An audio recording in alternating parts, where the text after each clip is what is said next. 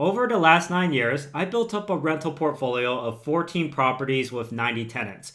But if I were to start all over again from scratch, I would take 5 key steps to getting faster results and making sure that I save a lot of time and energy spent on this process. If you don't know me, hi, my name is Ryan Chaw, your friendly neighborhood pharmacist turned real estate investor, and I teach new real estate investors how to get their first profitable deal.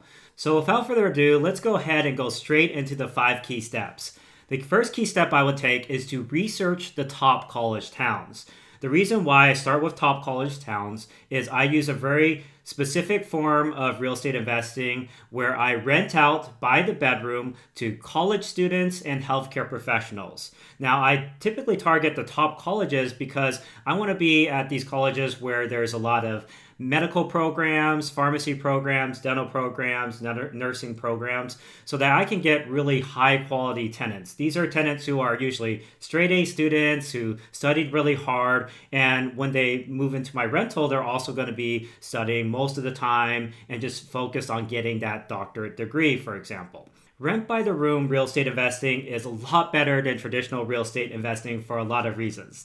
The first reason I would say is you always get consistent rental income because typically for college students, it's the parents paying the rent. So what parent is going to stop paying their rent for their child and risk their child getting evicted from the place they're staying in?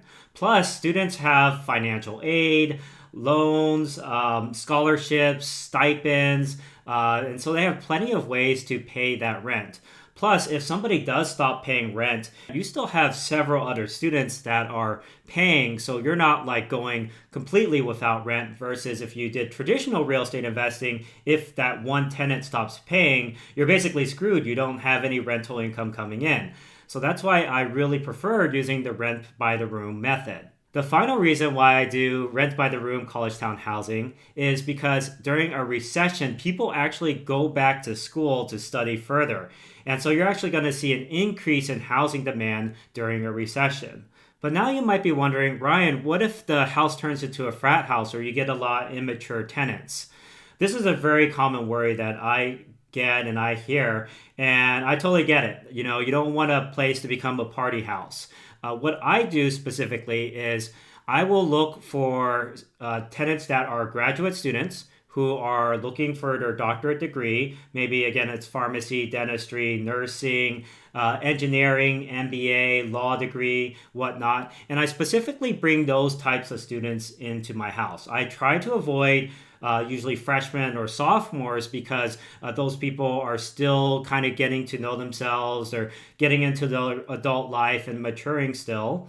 And so I really focus on getting the graduate students or even healthcare professionals in. So a lot of times I will bring in medical interns, medical residents, and medical fellows as well, who usually stay about 2 or 3 years. So it's all about the type of tenant that you get. And I made this mistake at the beginning. I brought in a tenant who basically he was in the same frat as me, and he threw this wild party and invited over 80 people, and I got a call from the cops saying that, hey, this guy's throwing this wild party. You need to get on your tenant about this. And so I realized from there that I really had to spend time vetting my tenants, making sure they're professional. When talking to them, I can tell that they're responsible, professional. They're probably addressing me like, hey, Dr. Chaw, versus saying, yo, what's up, homie, or something like that.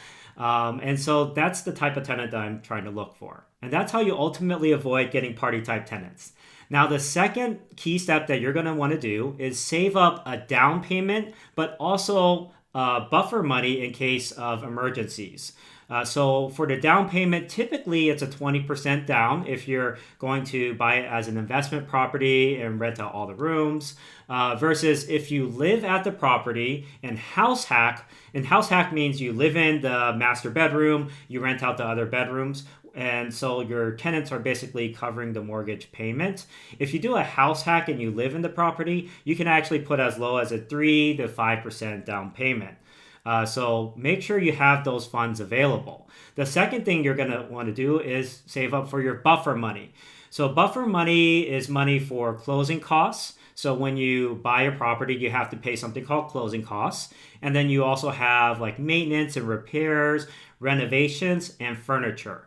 Typically, for a good amount of buffer money, I recommend having about $15,000 of that, plus the down payment before you buy that very first property, so that you don't end up in a position where you're having to pay more expenses than you have cash in the bank. That's actually what happened for me. I had a HVAC that I had to put in, and I had to borrow money from my father and pay him an interest rate. So make sure you don't end up in that type of position. Now, the final thing I want to say here is you want to make sure you're saving up this money while working your W-2.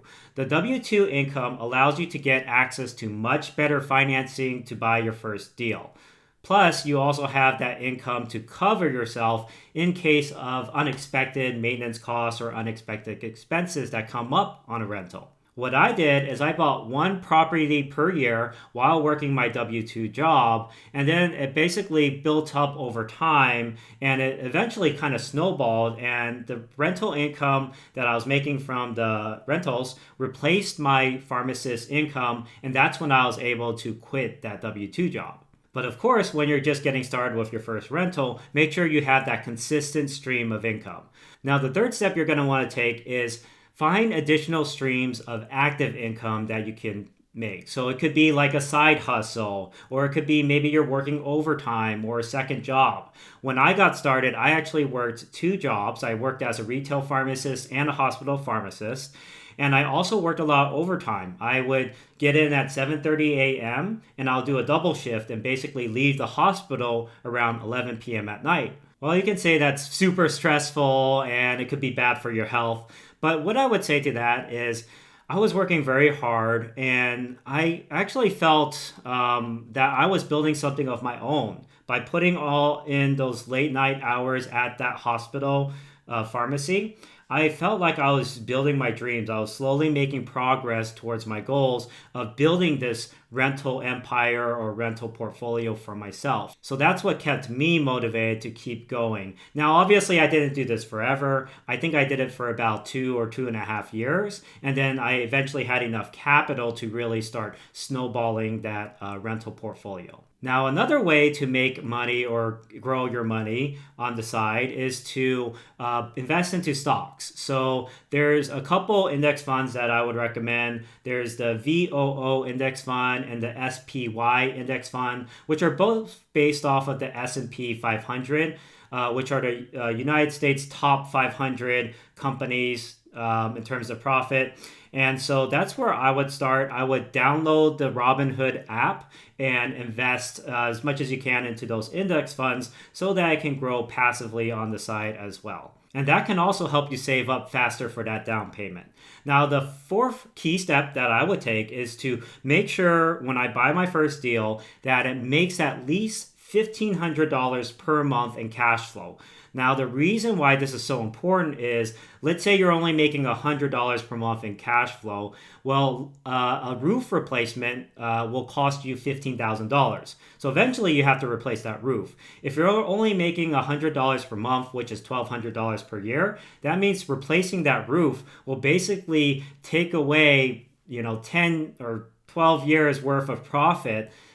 So basically all those years you're not going to be profitable, versus if you make $1,500 a month in cash flow, a roof replacement only costs you about 10 months worth of the cash flow. So it's a lot easier to do and maintain and scale your portfolio if you meet that $1,500 a month in cash flow. Now, on that very first house, I made the mistake of not putting in additional bedrooms. And because I didn't do that, I didn't really cash flow that much. And when I had to replace HVAC system, it cost me about $15,000 to do that. So I was in the red and I had to borrow money from my dad, as I mentioned earlier. So you don't want to do that. Finally, let's go ahead and talk through a target deal example so you know what I mean by $1,500 per month in cash flow. Let's say we have a 6-bedroom house and we rent out each bedroom for $600 per bedroom per month. So 6 bedrooms times $600 per month is $3,600 in rental income. Now, let's say your mortgage payment is $1,800 a month, and you have miscellaneous expenses for maintenance of $300 per month. Well, if you take $3,600 in rental income minus the $1,800 mortgage minus $300 in the miscellaneous expenses, that means you have $1,500 per month net cash flow, which is exactly what we're looking for. So key step number 5 is I put a lot of focus in building my power team or my team of experts. What my power team looks like is I have a really good realtor. The realtor basically looks for deals nearby the college campus, and he will send deals my way. The second person I look for is a really good lender. So obviously I search several different lenders, and I will compare the different rates, and I'll eventually find a really good lender who can give me a low interest rate loan with not a lot of loan fees so that I can finance the property. Now, the third person on your team is going to be your contractors and handymen. You really have to have great contractors and handymen in case of emergencies. For example, I had a furnace that died on me in the middle of winter, and I was freaking out because it was 0 degrees Celsius outside, and I was worried that my tenants were going to freeze to death, get frostbite, and go to the hospital. But luckily, I had a really good HVAC technician that basically went into the house, installed a new furnace. It took about pretty much 8 hours or so to install the new furnace. And then after that, everything was all good. The tenants were happy. They were getting great heating, and I didn't have to worry so much. And the reason why I did so well with that is because I had a group of contractors that I could count on to handle those types of emergencies. And then you also want to have a property manager. So there are 2 key aspects to property management. The first thing you need to do is have a good marketing system. So I used to self-market my properties, but nowadays I have a virtual assistant to do that. So at the beginning, it's very easy with only a couple of tenants to just market on your own and find tenants, but eventually you might hire out a virtual assistant for that. The second key element for property and management is actually managing the property and the tenants themselves. So I have a boots on the ground person for that. Typically, it's kind of like a house mom who not only handles like tenant versus tenant conflicts, but she helps make sure that the house is kept clean, in good condition. She helps give out tours for the property, and she's a local property manager who I pay on a per case basis. So she might charge anywhere from $35 to $65 per visit to get things done on the property, and I pay her on a per project basis versus paying her an 8 to 12% of my total rental income, which I think is generally overpriced, especially if you are doing the marketing yourself. So those are the 5 key steps. Just to review, the step number 1 was to research top college towns and invest in college town housing or rent by the room housing to healthcare professionals so that you can make sure that your strategy is profitable and scalable. Step number 2 is to save up for a down payment plus some buffer money on the side in case you need to make renovations, repairs, buy furniture, or maintain the property. Step number 3 is to look for and find other active income streams such as working overtime or doing a side hustle or working a second job. Step number 4 is to buy a deal that makes at least $1,500 per month in cash flow. And then finally, step number 5 is to make sure you have your power team. So that's it for this video, guys. Don't forget to give it a thumbs up, subscribe, and share it with your friends who are struggling with getting started in real estate investing. Thank you again so much for watching, and I'll see you on next week's video.